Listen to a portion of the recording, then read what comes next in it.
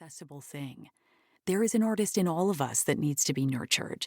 At Girls Right Now, our work is to uncover each and every storyteller's individual magic through the power of community. We are not only a community of exceptional people, but are made exceptional through community. When we began thinking about a book that could speak to Girls Right Now's 25-year history, we knew we wanted to demonstrate how we were creating, combining, and transforming the literary landscape through mentoring the next generation of writers, whose voices come together here across past, present, and future. This book was shaped over the last year by Girls Right Now's editorial advisory committee, made up of current mentees, program alumni, and publishing professionals lending their wisdom. Together, the group decided the themes and structure for the book, supported the editorial process, and participated in a variety of forums, reimagining how we view storytelling in today's world. This book demonstrates a groundbreaking collaborative approach to the creative process, each voice building on the next to contribute to the whole.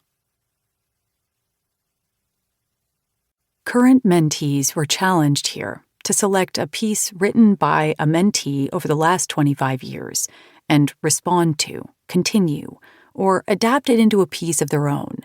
In addition, mentees developed prompts out of the pieces they wrote, inviting new writers to continue the conversation. We invite you to step into the worlds crafted here, between wooded forests and crowded sidewalks, beyond limits and before the mirror, amongst towering mountains and high school classrooms, and allow them to transform you. Creation. So often, we're waiting for inspiration to hit us, to just pop up like the tooth fairy. It'll fly in your room like a little bug and leave a story right under your pillow, and now you have somewhere to begin. But when you're a student of the craft, and you're always playing with this beautiful art form of story, inspiration means finding that peculiar beauty in just about everything, in the everyday functions of life. A pillow can become poetic. Who are we to say that it isn't? Jasmine Mann's Girls Right Now, teaching artist, poet, and author of Black Girl Call Home. A Slight Misunderstanding by Joy L. Smith, 2011. An exploration of self and how the world sees you. I wasn't doing anything out of the ordinary. I was just being Joy, being 10 at a restaurant and heading to the bathroom. Normally, my twin sister, Cherish, would have gone with me because we were always told, "Go with your sister," but for some reason I went alone.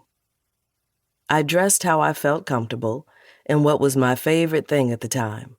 Some girls wore jewelry or tutus. I was in love with my Spreewell jersey and Lee jeans. They were loose and fit with what the boys were wearing. I was a baller, and to complete my outfit, I topped it off with my fitted hat that covered my zigzag braids and headed for the bathroom. What was I thinking? Nothing. It was a bathroom. Of course other women would be in there. It was no big deal. Despite my attire, I was a girl, and I had full access. As soon as I stepped one foot in the bathroom, a lady held her wet hands out as if to stop me and said, "Poppy, you're in the wrong bathroom." "Huh?" I said.